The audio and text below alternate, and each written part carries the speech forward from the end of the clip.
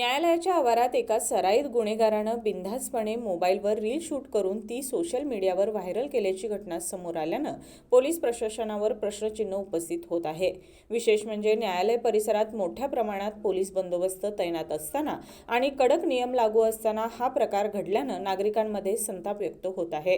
Viral झालेल्या व्हिडिओमध्ये संबंधित गुन्हेगार न्यायालयाच्या आवारात कोणत्याही भीतीशिवाय फिरताना दिसत असून त्याने चित्रीकरण करत सोशल मीडियावर रील अपलोड केली आहे। या रीलमध्ये वापरण्यात आलेले गाणेही पोलीस प्रशासनाला अप्रत्यक्ष आव्हान देणारे असल्याचे बोलले जात आहे।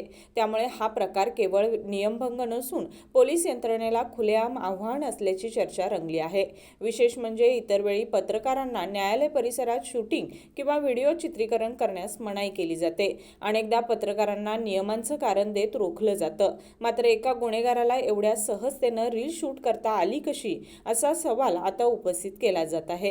हा व्हिडिओ सोशल मीडियावर मोठ्या प्रमाणात व्हायरल होत असून नागरिकांकडून पोलीस प्रशासनाच्या कार्यपद्धतीवर टीका केली जात आहे। संबंधित प्रकाराची चौकशी करून दोषींवर कारवाई होणार का, असा सवालही आज उपस्थित होत आहे।